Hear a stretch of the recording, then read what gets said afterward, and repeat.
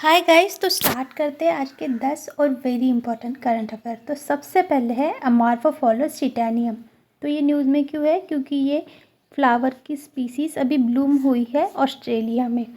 तो इसके बारे में इम्पोर्टेंट क्या है? ये 10 साल में एक बार ही उगता है और ये दुनिया का लार्जेस्ट फ्लावर है और इसकी हाइट 10 फीट तक जाती है और इसे टाइटन ओरम भी कहा जाता है शॉर्ट में। ये देखिए इतना लंबा फ्लावर। इस फ्लावर को कॉर्पर फ्लावर भी कहा जाता है, जो कि पेकुलियर यानी विचित्र सा दिखता है, लंबा होता है और पेल येलोइश कलर का होता है। इसकी स्मेल सड़े हुए मांस जैसी आती है, जिससे कि जो भी कार्निवोरस यानी मांस खाने वाले बीज रहते हैं वो अट्रैक्ट होते हैं। हैबिटेट यानी कहाँ पाया जाता है? ये रेन फॉरेस्ट रीजन इंडोनेशिया में है, वहाँ पाया जाता है और IUCN स्टेटस इसका इंडेंजर्ड है। और इंडोनेशिया में इसे बुंगा बंकाई भी कहा जाता है। जैसे बुंगा का मतलब होता है फ्लावर और बंकाई का मतलब होता है कॉपस। नेक्स्ट है हमारा सुखना लेक। तो ये न्यूज़ में क्यों है? क्योंकि इस लेक का 2 किलोमीटर का एरिया अभी इको सेंसिटिव जोन डिक्लेयर करने वाले हैं। तो इसकी लोकेशन जानते हैं, ये है चंडीगढ़ में और ये आर्टिफिशियल लेक है जो कि शिवालिक रेंज ऑफ हिमालयाज में पाई जाती है। और ये क्रिएटेड यानी बनाई गई थी 1958 में बाय सुखना चॉइस। यानी ये क्या होता है? ये सीजनल स्ट्रीम यानी जैसे बारिश हो रही है तो वो स्ट्रीम जागी हो जाएंगी और ये कमिंग डाउन यानी नीचे आती है शिवालिक हिल के। ये देखिए सुखना लेक जो कि चंडीगढ़ में है। तो जानते हैं अब इको सेंसिटिव जोन्स क्या होते हैं? ये ऐसे जोन होते हैं जिसे ना हम शॉक एब्जॉर्बर भी कहा जाता है। ये मिनिमाइज़ करता है नेगेटिव इम्पैक्ट जो भी फ्रेजाइल इकोसिस्टम रहता है इको सेंसिटिव जोन या फिर किसी भी वाटर बॉडीज़ का या नेशनल पार्क का। उस एरिया को हम इको सेंसिटिव जोन कहते हैं। ये 2 किलोमीटर या फिर 10 किलोमीटर का भी हो सकता है। ये एक्ट करता है ट्रांजिशन जोन। जिस एरिया में हाई प्रोटेक्शन की ज़रूरत रहती है उसी एरिया को फिर हम इको सेंसिटिव जोन डिक्लेयर करके उसे ट्रांजिशन जोन भी कह सकते हैं। नेक्स्ट है हमारा कार्डियोवास्कुलर किडनी मेटाबॉलिक सिंड्रोम। तो ये वेरी इंपॉर्टेंट है और न्यूज़ में क्यों है ये देखते हैं। जैसे हमारी अनहेल्दी लाइफस्टाइल अभी बहुत हो गई है, कुछ भी खा रहे हैं, पिज़्ज़ा बर्गर जो भी है फास्ट फूड, उससे हमारा मेटाबॉलिज्म अफेक्ट हो रहा है और उससे ही फिर हार्ट की और किडनी की डिसीज़ अफेक्ट कर रही है पूरे ग्लोबल हेल्थ को। तो जानते हैं इसके बारे में। इसे डिफ़ाइन किया जाता है एज अ हेल्थ डिसऑर्डर जिसका कनेक्शन है मोटापे से, शुगर से या फिर किडनी डिसीज़ से और कार्डियोवास्कुलर यानी हार्ट की डिसीज़ से। इसमें होता है हार्ट का फेलियर, किडनी में रीनल प्रॉब्लम आ जाती है, फिर कोरोनरी हार्ट डिसीजेज, स्ट्रोक और फिर आर्टरी की भी डिसीजेज। ये देखिए किडनी के डिसीजेज, ये हार्ट के डिसीजेज, डायबिटीज़, मोटापा, ये सब आ जाता है। तो फिर जानते हैं इसके सिम्टम्स क्या होते हैं? इसके सिम्टम्स रहते हैं छाती में पेन रहना, सांस लेने में प्रॉब्लम आना, स्वेलिंग होना हमारे पैरों में, फीट्स में, हैंड में या फिर एंकलेट में या फिर सिनॉप्स जो थिंक आउट होने में प्रॉब्लम होती है। ट्रीटमेंट क्या है? हमें एक्सरसाइज करना चाहिए daily, first and very important treatment. उसके बाद है मेडिसिन, ब्लड प्रेशर करने के लिए, कोलेस्ट्रॉल मेंटेन करने के लिए और शुगर लेवल चेक करने के लिए। नेक्स्ट है हमारा एक्सरसाइज सी विजिल। तो इसका 4th एडिशन अभी हो रहा है इसलिए ये न्यूज़ में है। तो ये नेशनल लेवल एक कोस्टल डिफेंस एक्सरसाइज है जो कि इस्टेब्लिश हुई थी 2018 में। क्यों? देखिए जब हमारा 26/11 अटैक हुआ था ना, वो कोस्टल लेवल से ही वो लोग आए थे।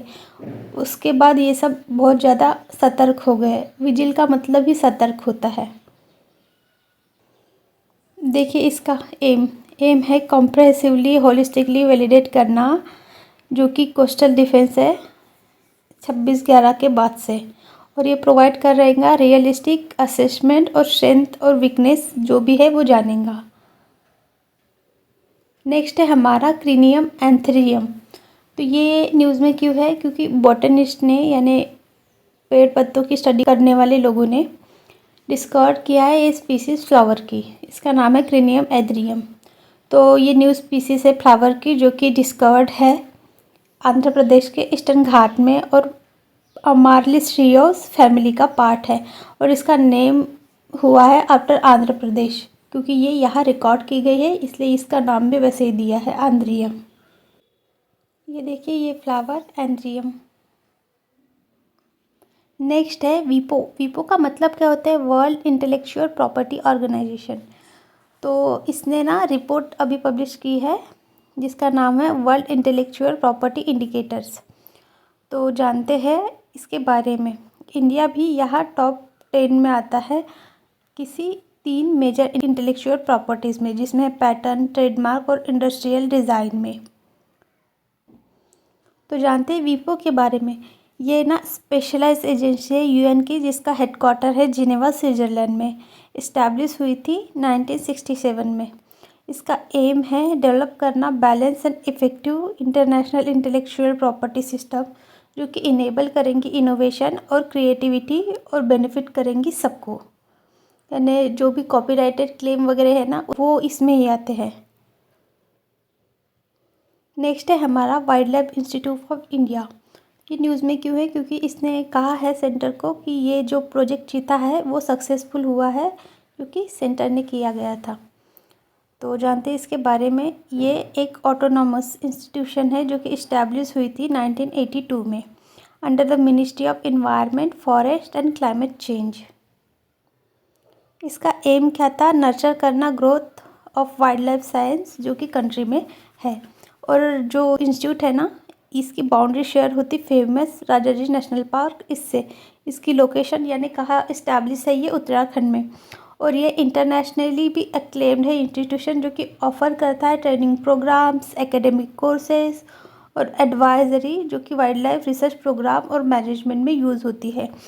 इसने ही एडवाइस किया था तभी जो चीता प्रोजेक्ट है वो भी हमारे इंडिया में रिलोकेट हुआ था।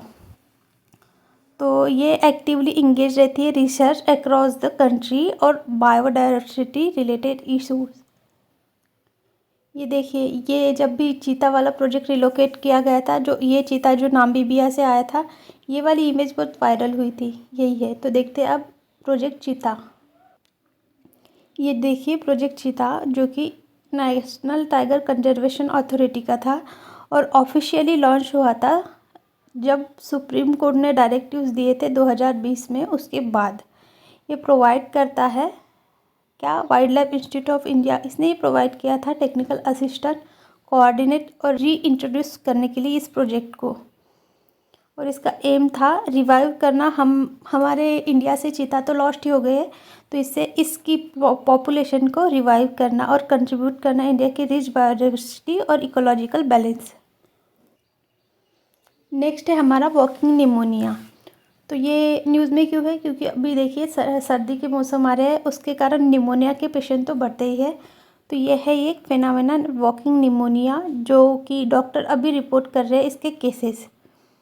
तो इसके बारे में जानते हैं। ये निमोनिया जैसा ही है लेकिन कॉज होता है बैक्टीरिया माइकोप्लाज्मा निमोनिया से, और अदर बैक्टीरिया और वायरस भी कॉज कर सकते हैं इसे ना साइलेंट निमोनिया भी कहते हैं, जो कि कभी कभी जब हम एक्सरे निकालते हैं निमोनिया के लिए उसमें भी शो नहीं होता।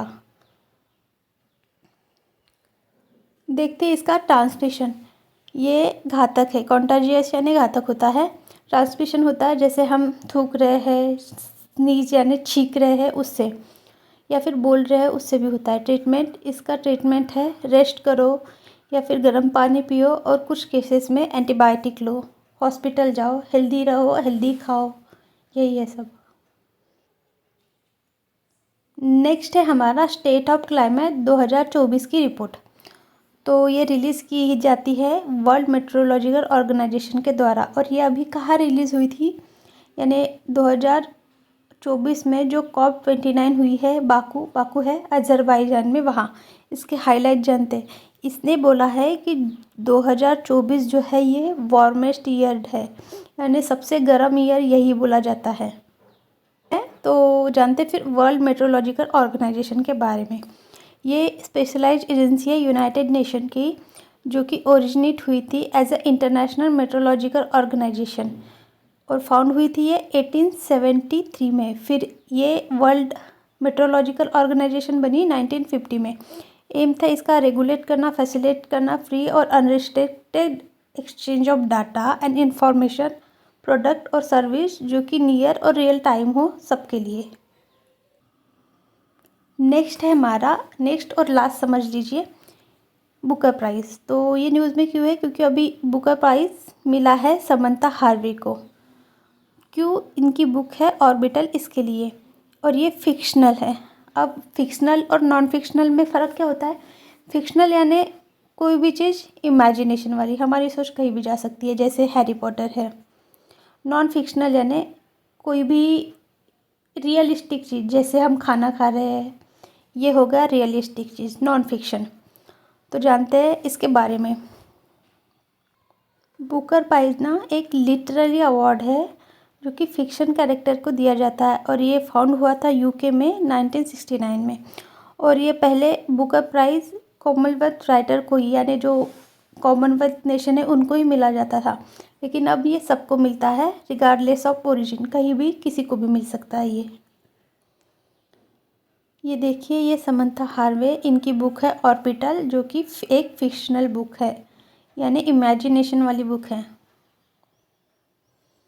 ये प्राइज़ प्रमोट करता है फाइनेस्ट फिक्शन, जो कि रिवॉर्ड करती है बेस्ट नावल जो कि इंग्लिश में लिखी होती है। इसकी एलिजिबिलिटी होती है कि ये ओरिजिनली इंग्लिश में लिखी हो और पब्लिश हुई हो यूके में या फिर आयरलैंड में, और regardless of nationality of their author, यानी ओरिजिनल हो, किसी की कॉपी पेस्ट ना हो, हमारा खुद का काम हो।